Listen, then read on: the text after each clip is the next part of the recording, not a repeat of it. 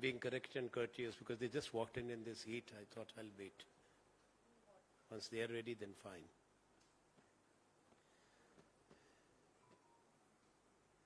नमस्कार।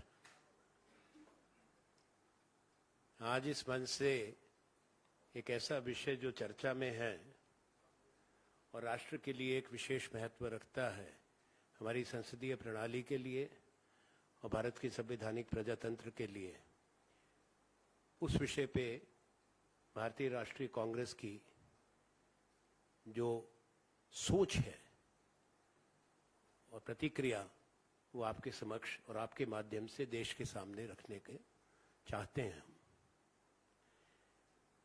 कुछ साल पहले कोविड महामारी के दौरान भारत सरकार का एक बड़ा फैसला था और लॉकडाउन के दौरान जब देश में त्राही हो रही थी तो एक भव्य इमारत भारत की संसद की बनाने का निर्णय किया गया, जो संपन्न हो गया है। 962 करोड़, तकरीबन 900 करोड़ के आसपास जो पैसा है उसमें लगा है। हाँ, कोई 900 करोड़ उस पे रुपया लगा भारत का। हिडन कॉस्ट होती हैं जिसको तो सरकारी जानती है। पहली बात तो औचित्य की बात है, आवश्यकता की बात है कि क्या ये न्यायोचित था ये करना भी। कारण ये है कि जब ये फैसला हुआ, जो भव्य इमारत जो जिसमें भारत की संसद, उससे पहले संविधान सभा बैठी थी, वो केवल 93 साल पुरानी है। इस बात को गौर से सुने। दुनिया के किसी प्रजातंत्र ने इतिहास में सैकड़ों वर्षों में अपनी संसद को नहीं बदला। संसद की इमारतें, उसको जहां जरूरत पड़ी उसको उन्होंने उसकी मरम्मत करी, उसको बढ़ाया, उसको एक्सपैंड किया। चाहे इंग्लैंड ने किया, चाहे अमेरिका ने किया, चाहे फ्रांस ने किया, जर्मनी ने किया। पर प्रजातंत्र में जब से संसदीय प्रणाली ले आई है और जिन देशों में राष्ट्रपति प्रणाली भी है, वो अमेरिका और फ्रांस हैं, ऐसा काम नहीं हुआ। क्या सरकार जवाब दे सकती है? पहले औचित्य की बात करता हूं। आप में से बहुत लोगों ने को जानकारी है, यूके की पार्लियामेंट वेस्टमिंस्टर उसी जगह पर है जहां 1215 में बनी थी, 1108 साल पहले। और सन 1834 में आग लगने से ध्वस्त हुई थी। उसको 1840 से दोबारा बनाया, जो मौजूदा इमारत है, पहले लकड़ी की थी। 1876 में संपन्न हुआ और 539 साल से लगभग 550 हो गए। वहीं पे यूके की संसद है। अमेरिका में सिविल वॉर के बाद यूएस कांग्रेस की स्थापना कैपिटल हिल में की गई थी। वो 1792 में हुई थी। 531 बरस हो गए। उन देशों के पास भी पैसा है, तकनीक है, उनकी भी ख्वाहिश है, पर वो महत्व समझते हैं स्थान का। फ्रांस, मुझे नहीं मालूम मैं आप में से कितने लोगों ने ये सब स्थान देखे हैं। वहां की जो संसद है वो पैलेस बर्बन में है, 1728 से। सैकड़ों वर्षों से, बहुत मिसालें मेरे पास और हैं। जर्मनी की है, हिटलर के समय में राइक्सटाग, जो बुंडेस्टाग है, जल गया था, जला दिया गया था। उसके बाद जर्मनी का बंटवारा हुआ था द्वितीय विश्व युद्ध के बाद। उनकी राजधानी बॉन चली गई थी, बर्लिन भी बंटवारे में गई थी। जब जर्मन रीयूनिफिकेशन हुआ उसके बाद दोबारा बॉन से राजधानी वापस बर्लिन आई और पुरानी जो जगह थी उसी पे दोबारा, उसी स्थान पे, उन्हीं नक्शों पे उन्होंने दोबारा बनाई ये इमारत। और ये दुनिया के दूसरे जो महाद्वीप हैं जहां प्रजातंत्र का सम्मान होता है वहां भी यही है। पर अब इमारत बन चुकी है। मैं ये भी यहां पे कहना चाहता हूं कि पहले भी जो बनी थी हमारी, तो इनके तुलना में बहुत कम आयु की है और बड़ी मजबूत इमारत जिसको आप सबने देखा, उससे देश का एक संविधान ही नहीं है वहां बनाया गया। इतिहास जुड़ा है भारत की आजादी का। वो केवल एक इमारत नहीं है, भारत के लिए, भारत की जनता के लिए। अब ये कहना आसान है कि अंग्रेजों के वक्त की बनी थी। किसका पैसा था? भारत का। कहां के कारीगर थे? हिंदुस्तान के। कहां के मजदूर थे? हिंदुस्तान के। ये पत्थर जो रेड सैंडस्टोन है कहां का था? हिंदुस्तान का। दिल्ली से 40 किलोमीटर दूर पे जो अरावली के पहाड़ है वहां से ये पत्थर था। तो सरकार को ये बातें जो उठाई जा रही हैं आज, उसका जवाब तो देना पड़ेगा। दूसरा संवैधानिक प्रश्न है, क्या है भारत की संसद? भारत के संविधान के आर्टिकल 79 में स्पष्ट रूप से उल्लेखित है।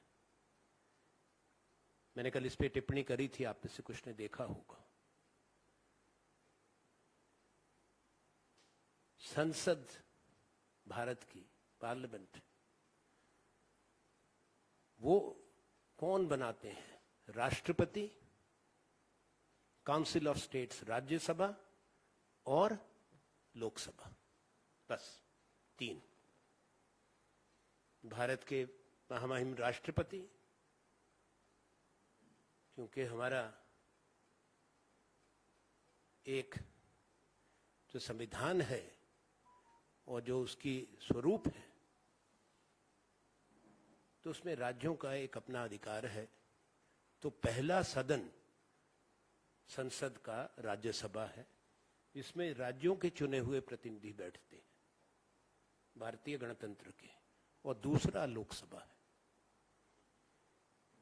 केवल भारत के राष्ट्रपति को यह अधिकार है कि संसद के सत्र को बुलाया जाए। वो आर्टिकल 85 में स्पष्ट रूप से उल्लेखित है। और आपको मालूम भी होगा, पर मैं कहना चाहता हूं, केवल महामहिम राष्ट्रपति भारत के सदन बुलाने का संवैधानिक अधिकार रखते हैं।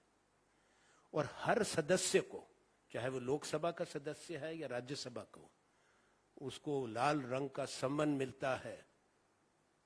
सम्मन घोषणा नहीं होती, नोटिफिकेशन नहीं होती। हर मेंबर को, हर सदस्य को निजी रूप से राष्ट्रपति का सम्मन आता है कि इस तारीख से इस तारीख तक सत्र बुलाया गया।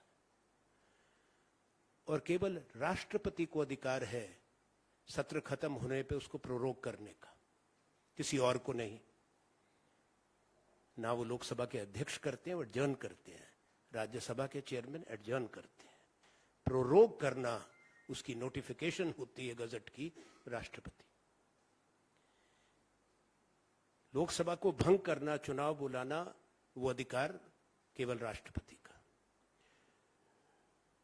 तो ये संवैधानिक रूप में उचित नहीं है कि राष्ट्रपति को इतने बड़े फैसले से बाहर रखा जाए। दुर्भाग्य की बात है कि पूर्व राष्ट्रपति रामनाथ कोविंद जी को वो सब अवसर नहीं मिला, सम्मान मिलना चाहिए। अब वो नींव पत्थर रखा गया, उसमें नहीं बुलाए, हालांकि रखना उनको चाहिए था। अब उद्घाटन हो रहा है, उसमें भी नहीं। तो एक सैद्धांतिक बात है। हमारा मत है कि संविधान का सम्मान नहीं हो रहा और ये न्यायोचित नहीं है। माननीय प्रधानमंत्री जी को राष्ट्रपति जी को आग्रह करके सम्मान से बुलाना चाहिए। ये बात भी अच्छी नहीं, संदेश अच्छा नहीं कि पहली बार कोविंद जी थे। कांग्रेस अध्यक्ष ने आज इस पे अपना कुछ बयान दिया है, और अब एक हमारी अनुसूचित जाति की ट्राइबल राष्ट्रपति हैं, महामहिम, उनको भी दूर रखा जाए। ये क्या संदेश है इसमें? What I have said is a serious matter, and we are sharing our position as Indian National Congress. This has been a matter which has been agitating the minds of many people who have been associated with the institution of Indian Parliament, who understand and respect the Constitution of the Republic of India, and who also feel that it's not constitutionally correct to take major decision about the Parliament of India, excluding the head of the Parliament, the President of India, from the decision making, from the foundation stone laying, now for the inauguration. As I mentioned in Hindi, Article 79 makes it crystal clear that the Parliament of India comprises of the President of India, who's the head of the Parliament, and the two houses. First, the permanent house, the Rajya Sabha, the Council of States. The Constitution uses the word the Council of States, Rajya Sabha, and then the House of the People, the Lok Sabha. So that is what why Council of States? Because India is a union of states. And the chairman of the Rajya Sabha is number 2 in the warrant of precedence, the Honorable Vice President of India. The Lok Sabha Speaker chairs the Lok Sabha. All decisions concerning the summoning of the Parliament are vested in the Rashtrapati, the President of India, under Article 85. It's not a gazette notification. Yes, that is there for every session of Parliament. But from the first time since 1952, each member of Parliament gets an individual summon by name from the Rashtrapati, from the President, to attend the Parliament session.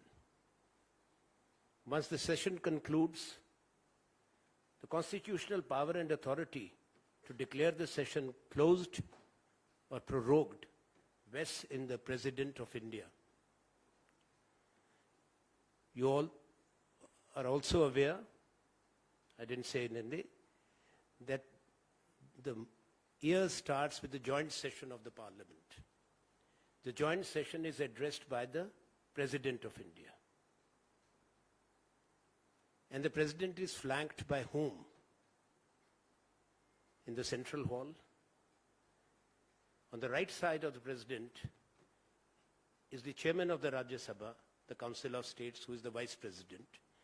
And on the left hand is the Speaker of the House of the People, the Lok Sabha. The leader of the House of the People, the Lok Sabha, who is the Prime Minister, and the leader of the Council of States, the Rajya Sabha, are not seated on the dais, but in the pit of the hall, that is the central hall. So that should be very clear as to what the Parliament is. The Honorable Prime Minister is the leader of the Lok Sabha. He has every right to be there, respectfully so, for any major event. That's a requirement. But the constitutional scheme of things is very clear. Parliament does not comprise of one house. And that's why the framers of the Constitution have put in place this scheme, which should never be violated, should have never been. I've given the examples, one or two colleagues came later, that no democracy in the world has ever done this. Our Parliament, the present structure, when the decision was taken to spend this huge amount during the COVID pandemic, that, as I have said, the jury is still out whether there is any justification. As the population have increased, other countries' population has also increased. But for hundreds and hundreds of years, other democracies have respected the institution. As I mentioned, that the British Parliament, same place, the Westminster, has been there since the year 1215, for more than 1100 years, 1108 to be precise. Destroyed in fire, as I mentioned, in 1834, rebuilt. It took them 36 years to have this grand, majestic Westminster, which we all see. And for 549 years, that's where the British Parliament is. Is it anybody's case that their population has decreased and not increased? America, after the Civil War, the US Congress is on the Capitol Hill since 1792. France, Palais Bourbon, the parliament is there since 1728. We'd like to hear from the government what was wrong with what India had. Made by the people of India, Indian money. History is history. Indian material, Indian sandstone. It was not that it was not the largesse or generosity of the colonial rulers. Who built it? It was ours. Why then this was done? But more important than that is the constitutional position which I have given in detail. It's also unfortunate that we had a Dalit president in Ramnath Kovindji, who should have also been given that honor. He is the head of parliament. And now we have a tribal president, that too a tribal woman president, a respected president, Draupadi Murmu ji. So we would still urge or tell the government, tell the Prime Minister, that this constitutional propriety should be kept in mind, and the President of India should be given her rightful position as the Rashtrapati to do the honors, to inaugurate, for whatever reasons this new structure has come up. We thought through you, we will share our concerns, position as it is in our constitution. I have nothing further to add. I have just come to speak to you about this. If there is any other question, if it is related or otherwise, I'll respond.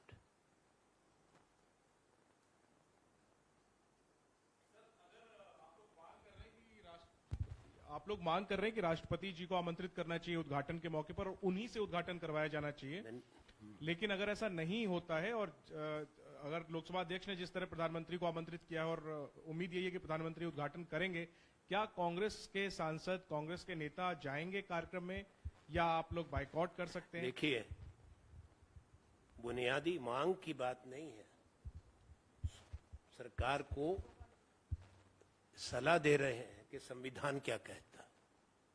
अब सरकार से सुनना चाहते हैं कि वो संविधान को मानते हैं नहीं। जहां तक आपने बात करी सरकार की और पक्ष की, संसद जो है सरकार की नहीं है, भारत की है। संसद के दो कक्ष हैं जो संविधान में उल्लेखित है, मैंने समझाया है। एक काउंसिल ऑफ स्टेट्स कही जाती है जो राज्यों का है, उसको राज्यसभा कहते हैं, और दूसरा लोकसभा। और दोनों सदनों के अलग अलग अध्यक्ष हैं। विशेष दर्जा क्योंकि राज्यसभा का है, वो परमानेंट सदन है, और उसके कारण भारत के उपराष्ट्रपति उसके अध्यक्ष हैं। लोकसभा के अध्यक्ष माननीय स्पीकर साहब हैं।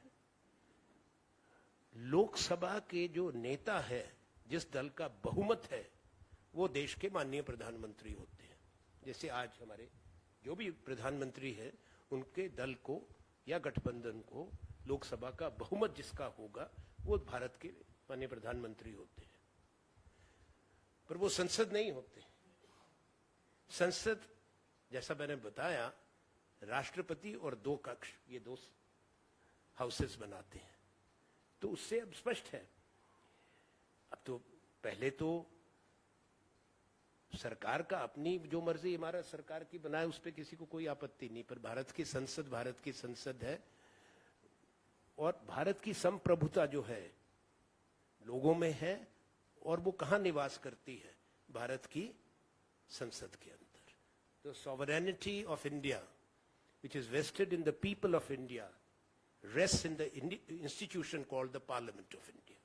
That's why it is important.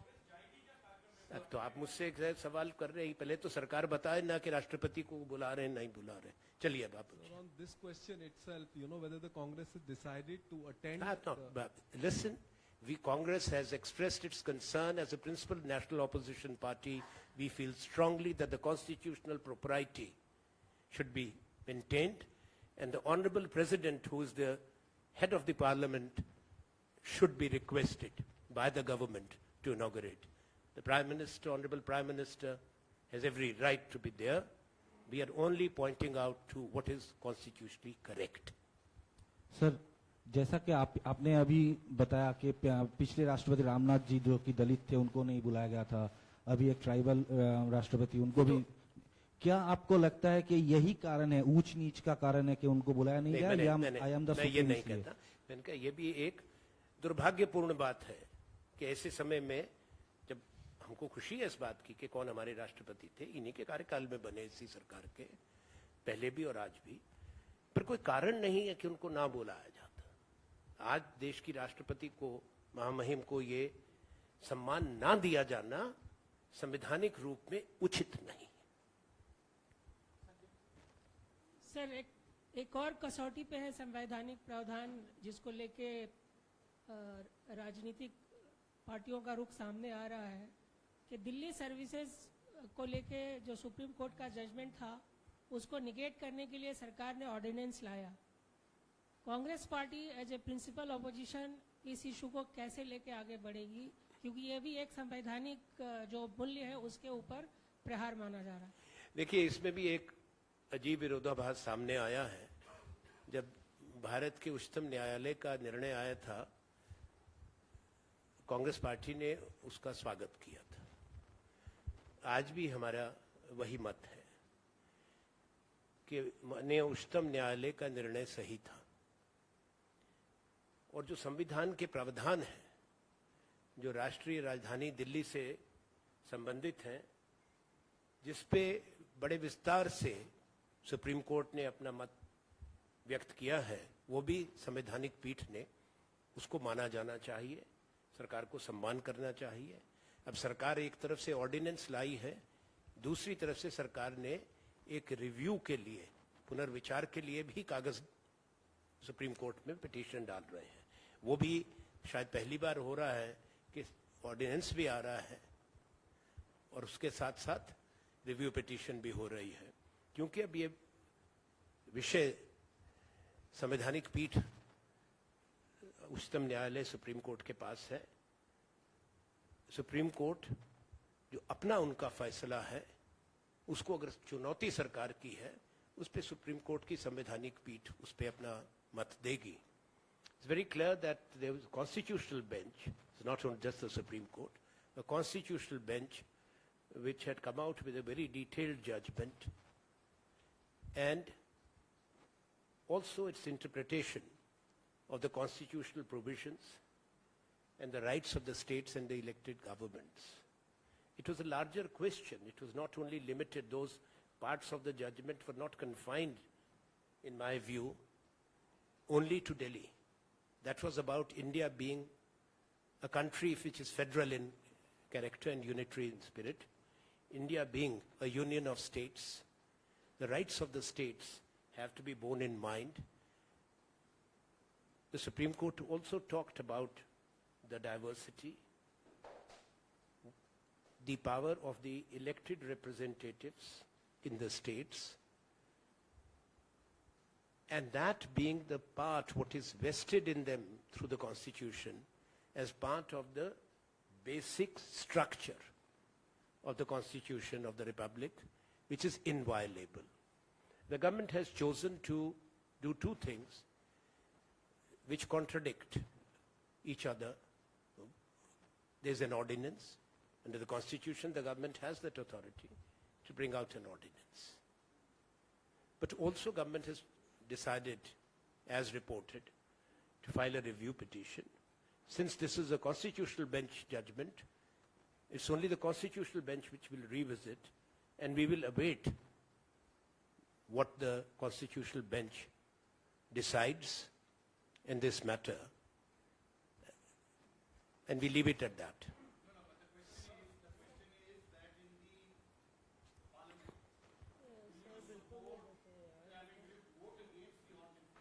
Let's cross the river when it comes.